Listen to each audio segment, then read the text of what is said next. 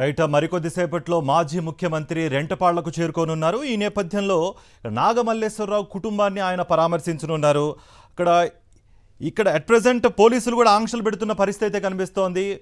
ఆయన టూర్కు సంబంధించి మరింత సమాచారం అందించడానికి రవీందర్ అందుబాటులో ఉన్నారు. రవీందర్, ఎక్కడికక్కడ పోలీసులు ఆంక్షలు పెడుతున్న పరిస్థితి అయితే కనిపిస్తోంది. ఈ టూర్కు సంబంధించి ఏమైనా ఆలస్యం జరిగే అవకాశం ఉందా? మీ దగ్గర ఉన్న సమాచారం ఏంటి? కార్తీక్, అడుగడుగున పోలీసులు అయితే ఆంక్షలు అయితే పెడుతూ ఉన్నారు. వైఎస్ జగన్ ఇప్పుడే తాడేపల్లిలోని తన నివాసం నుంచి బయలుదేరారు.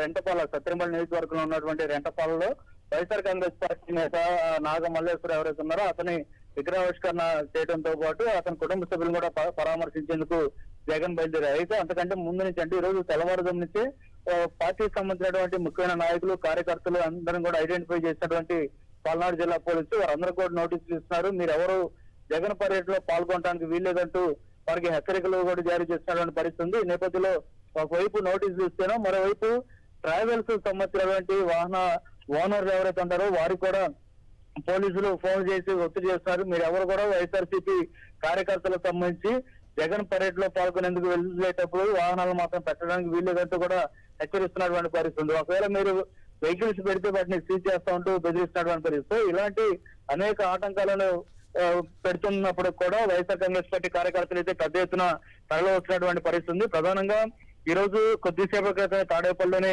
తన నివాసం నుంచి జగన్ బయలుదేరిన తర్వాత తాడేపల్లిలో హైవే ఎక్కే ప్రాంతం ఏదైతే ఉందో జంక్షన్ దగ్గర కూడా పాతూరు రోడ్డు దగ్గర కూడా పెద్ద ఎత్తున మంగళగిరి నియోజకవర్గానికి సంబంధించినటువంటి కార్యకర్తలు జగన్ కు సంఘీభావం తెలుపుతూ ముందుకు వచ్చినటువంటి పరిస్థితి ఉంది. అక్కడే పెద్ద ఎత్తున కార్యకర్తలు వచ్చారు, జగన్ కు సంఘీభావం తెలుపుతా ఉంటారు. ఎందుకంటే ఈ రోజు నిన్నటి నుంచి కూడా మనం చూస్తున్నాం, పల్నాడు జిల్లా ఎస్పీ కంచి శ్రీనివాస మారుతూ ఎక్కువగా వాహనాల్లో వెళ్ళడానికి వీల్లేదు, కేవలం 100 మంది జనంతో వెళ్ళాలి తప్ప అంత మించి వెళ్తే సహించేది లేదంటూ కూడా హెచ్చరికలు జారీ చేస్తున్నారు.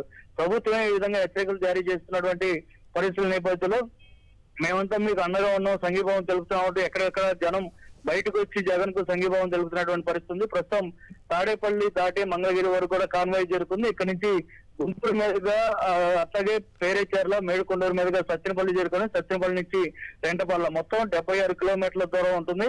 అందులో పల్నాడు జిల్లాలోకి వచ్చేసరికి దాదాపు 20 కిలోమీటర్ల దూరం పల్నాడు జిల్లాలో పర్యటించాల్సి ఉంటుంది. మొత్తం కూడా పల్నాడు జిల్లాకు సంబంధించి 7 అసెంబ్లీ నియోజకవర్గాలకు సంబంధించినటువంటి కార్యకర్తలు అయితే ఇప్పటికే పెద్ద సంఖ్యలో బయలుదేరారనేటువంటి సమాచారం వస్తుంది. అయితే వారందరినీ ఆపేందుకు అటు నర్సాపేట నుంచి సత్యనపల్లి వచ్చే రోడ్లో చెక్ పోస్ట్ అని పెట్టి అక్కడ వాహనాలను కూడా ఆపేస్తున్నారు. అట్లాగే గుంటూరు నుంచి సత్యనపల్లి వెళ్ళేటువంటి రోడ్లు లాంతర్ల సెంటర్ ప్రాంతంలో వెహికల్స్ ని ఏదైతే చెక్ పోస్ట్ పెట్టి పోలీసులు ఆపుతున్నటువంటి పరిస్థితున్నాయి.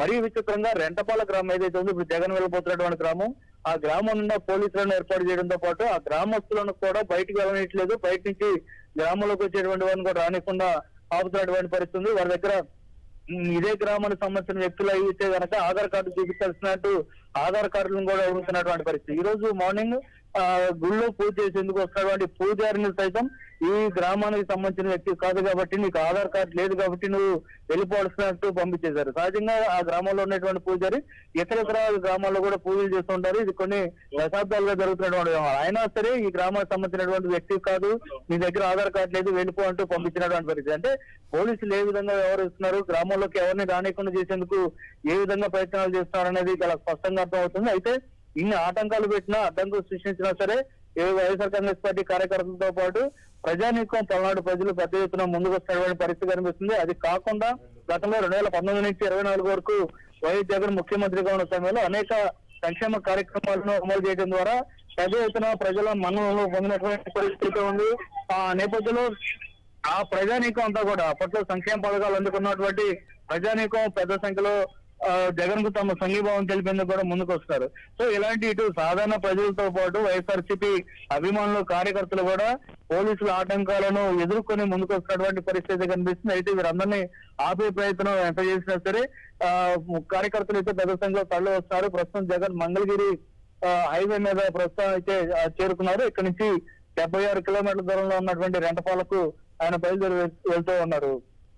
రవీందర్, అంటే ఇప్పుడు మీరు చెప్తున్నట్టుగా ఇప్పుడు ఇటు వైఎస్ఆర్సీపీ శ్రేణులకి, కార్యకర్తలకే కాదు ఇటు సామాన్య ప్రజలకు కూడా ఇబ్బందులు పెడుతున్నారు అన్నట్టుగా కూడా మనం చూస్తున్నాం విజువల్స్లో కానీ, లేకపోతే ఒక వర్షన్ అయితే వినిపిస్తోంది. దానిలో ఉన్న నిజాలేంటి అసలు? ఖచ్చితంగా ప్రతి చోట ఈ రోజు ఉదయం నుంచి కూడా ఏది జరుగుతుంది, అటు మాచర్ల పిడుగురాళ్ళ వైపు నుంచి వస్తున్నటువంటి వాహనాలన్నింటినీ చివరికి ఆర్టీసీ బస్సులను సైతం ఆపేసి అక్కడ ఎవరైనా వైఎస్ఆర్సీపీ సంబంధించినటువంటి కార్యకర్తలు అంటే వారు ఏమైనా కండువాలు కప్పుకొని కానీ పార్టీకి సంబంధించినటువంటి జెండాలు పట్టుకొని ఇలాంటి వారు ఉంటే సరే వారు దించేసేటువంటి ప్రయత్నం చేయటం. అట్లాగే ఆ 4 వీలర్స్ ఏదైనా తీసుకొని వస్తే అంటే కార్లు కానీ ఎదురుగా వాహనాలు వస్తున్నా చివరికి ట్రాక్టర్ లాంటివి వస్తున్నా కూడా ఆపే ప్రయత్నం. ఇట్లా సత్తెనపల్లి నుంచి ఆ రెంటపల్లి వెళ్లాల్సి ఉంటుంది కాబట్టి సత్తెనపల్లి సిటీలోకి టౌన్ లోకి ఎంటర్ అయ్యేటువంటి అన్ని మార్గాలను కూడా అన్ని మార్గాలు చెక్ పోస్ట్